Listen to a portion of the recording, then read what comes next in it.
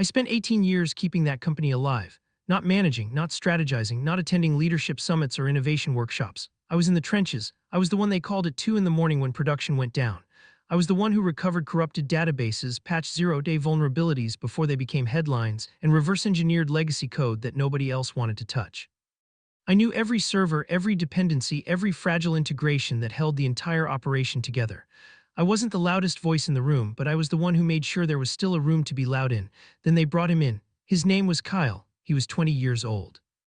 He had a bootcamp certificate, a Udemy course completion badge, and a last name that matched the CEO's. That was his resume. That was the entire foundation of his authority, and from the moment he walked into the office, he made it clear that he didn't think he needed anything else. I first heard about him in a staff meeting. Our CTO stood up and introduced him as the new lead systems engineer, not junior, not associate, lead. He said Kyle was brilliant, passionate, and brought fresh perspectives that would help us scale faster and innovate more aggressively. He said Kyle had already identified several inefficiencies in our infrastructure and was eager to modernize our approach. Everyone clapped politely. I didn't.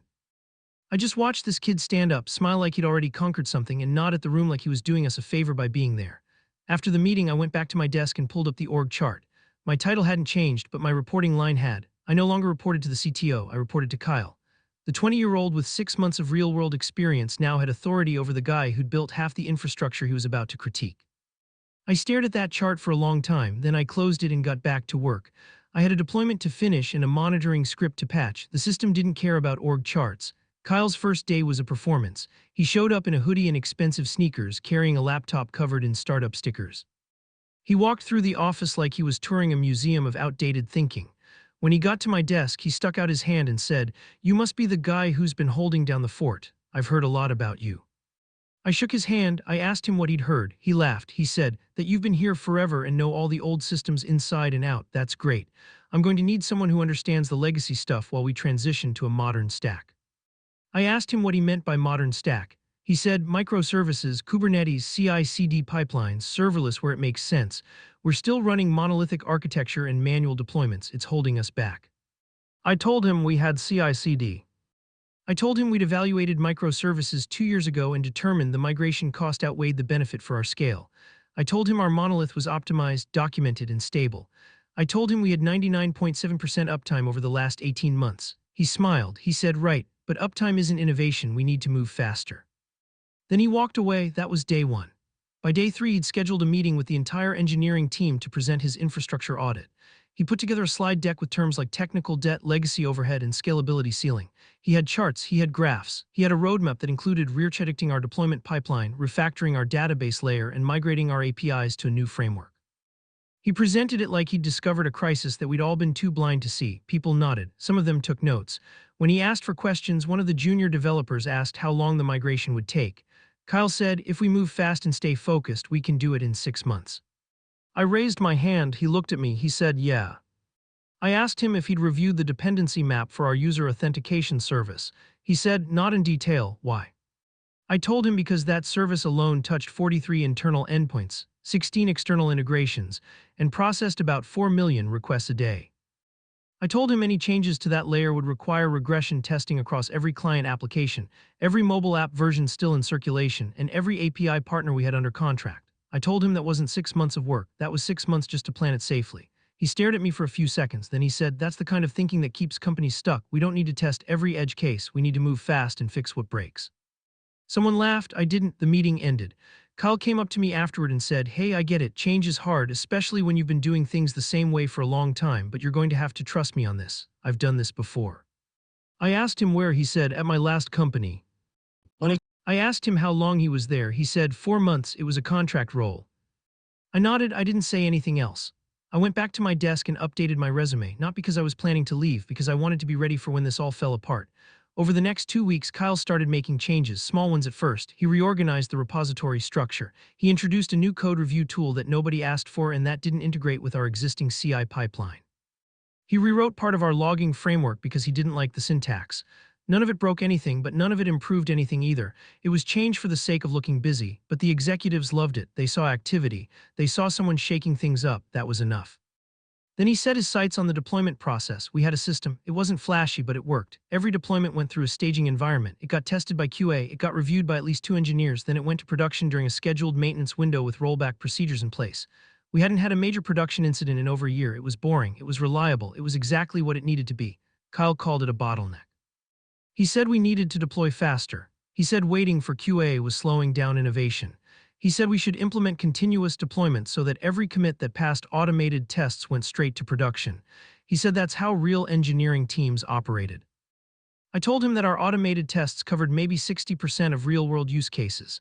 I told him we had legacy clients running old versions of our app who depended on API contracts that weren't always reflected in the test suite. I told him we had data integrity rules that couldn't be validated without a human review. I told him that continuous deployment without human gates was a risk we didn't need to take. He said, "You're thinking like an operator." "I need you to think like an engineer." I told him I was both. He said, "Then act like it." That was the moment I knew exactly how this was going to end. He pushed the change anyway. He got approval from the CTO, who trusted him because of his last name and his confidence. He reconfigured the pipeline so that any code merged into the main branch would automatically deploy to production within 15 minutes. He announced it in Slack like it was a victory. He said we were now officially a high-velocity engineering team. People reacted with emojis. I didn't react at all. I went into my email and started a paper trail. I sent Kyle a message summarizing my concerns. I outlined the risks. I specified which systems were most vulnerable. I asked him to reconsider or at least implement a temporary rollback gate until we could expand test coverage. I CC'd the CTO and my own manager. I kept the tone professional. I didn't accuse him of anything. I just made sure there was a record. He replied in 15 minutes. He said, "Thanks for the feedback. I've reviewed the concerns and I'm confident in the process. Let's move forward." That was it. No engagement, no discussion, just a brush off with a timestamp. I printed the email. I saved it to 3 different places. Then I did something I hadn't done in 18 years. I stopped trying to protect him. I stopped reviewing his commits unless I was explicitly tagged. I stopped monitoring deployments unless I was on call. I stopped jumping in to fix things before they became problems. I didn't sabotage anything. I didn't slow anything down. I just stopped doing the invisible work that had kept everything running smoothly despite the chaos. If Kyle wanted full control, he could have it, and he could own the consequences. It took 8 days. On a Wednesday afternoon, one of the junior developers merged a pull request. It was a small change, a new feature flag for an experimental dashboard. The automated tests passed. The code looked fine. It deployed to production at 2:17 p.m. By 2:45 p.m., our customer support Slack channel was lighting up. Users couldn't log in. Mobile apps were crashing on launch. API partners were reporting 500 errors. Our monitoring dashboard showed request success rates dropping from 98% to 34% in under 10 minutes. The on-call engineer escalated it to Kyle. Kyle escalated it to the CTO. The CTO sent a message to the entire engineering team that just said, "All hands, war room, now." I was in the middle of writing documentation. I saw the message. I saved my work. I stood up, grabbed my laptop, and walked to the conference room. When I got there, Kyle was already at the whiteboard. He was drawing boxes and arrows. He was talking fast. He said the issue was probably a caching layer. He said we should restart the Redis cluster. He said it was likely a memory leak in one of the background workers. He said a lot of things. None of them were right. The CTO looked at me. He said, "What do you think?" I asked if anyone had checked the deployment logs. Kyle said, "We don't need to. The tests passed." I said, "The tests don't validate authentication token expiration under feature flag conditions." He stared at me. I said, "The feature flag library we use injects middleware into the request stack. If the flag configuration isn't scoped properly, it can override session validation. That's what's happening. The new flag defaulted to active for all users, and it's terminating sessions before the auth check completes." The CTO said, "Can we roll it back?" I looked at Kyle. Kyle said, "We don't have a rollback gate anymore. That was part of the old process." The room went very quiet. I said, "We can revert the commit manually and redeploy. It'll take about 20 minutes. The CTO said, "Do it." Kyle said, "Wait, we should identify the root cause first. We don't want to just roll back without understanding." The CTO cut him off. He said, "We're losing thousands of dollars a minute. Roll it back now." I opened my laptop. I reverted the commit. I pushed it to the repository. The pipeline picked it up. 15 minutes later, the deployment finished. Monitoring started recovering. Login success rates climbed back to normal. Support tickets slowed. By 3:30 p.m., we were stable again. Total downtime, 43 minutes. Estimated revenue loss, $86,000. The CTO thanked everyone and dismissed the meeting. Kyle stayed behind. So did I. The CTO looked at Kyle. He said, "What happened?" Kyle said, "The developer didn't test the feature flag correctly. It's a training issue." I said, "The developer followed the process you designed. The process doesn't include human review. I flagged this exact risk in an email last week." Kyle's face changed. The CTO said, "What email?" I pulled it up on my laptop. I turned the screen toward him. He read it. He scrolled down to Kyle's response. He read that too. Then he looked at Kyle and said, "We'll talk later." That was the beginning of the end for Kyle. But it wasn't the end yet because Kyle didn't learn, he doubled down. Over the next week, he tried to prove that the incident was a fluke. He pushed 3 more deployments without human review, 2 of them were fine. The third one broke our billing system for 90 minutes during peak hours. That one cost the company another $140,000 and triggered a customer breach notification because payment data became temporarily inaccessible. The CTO didn't wait for a post-mortem. He pulled Kyle's deployment permissions that same day. He reassigned engineering leadership back to the previous structure. He told Kyle he'd be transitioning into an advisory role while we stabilized operations. Kyle didn't show up the next Monday. I heard through the office grapevine that he'd resigned over the weekend. The official story was that he was pursuing other opportunities. The real story was that the CTO's brother, Kyle's uncle, had told him it was resign or be formally terminated with cause. 2 days later, the CTO called me into his office. He asked me if I'd be willing to take over as lead systems engineer while they conducted a formal search. He said it should have been my role from the beginning. He said he was sorry for not seeing it sooner. I told him I'd think about it. He said, "What's there to think about?" I said, whether I want to work for someone who ignores 18 years of evidence until it costs him $250,000.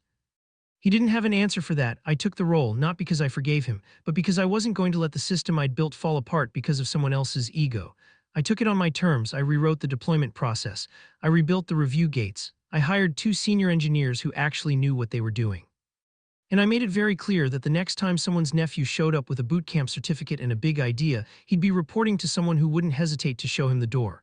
Kyle never came back. I heard he got a job at a startup. I heard it didn't last. I didn't follow up. I didn't need to. Because I wasn't angry anymore. I wasn't bitter. I'd won not by fighting, not by arguing, but by being right, documenting everything and letting consequences do the work. Competence doesn't need to be loud. It just needs to be there when arrogance runs out of road, and I was still there, right where I'd always been, keeping everything running, one line of code at a time.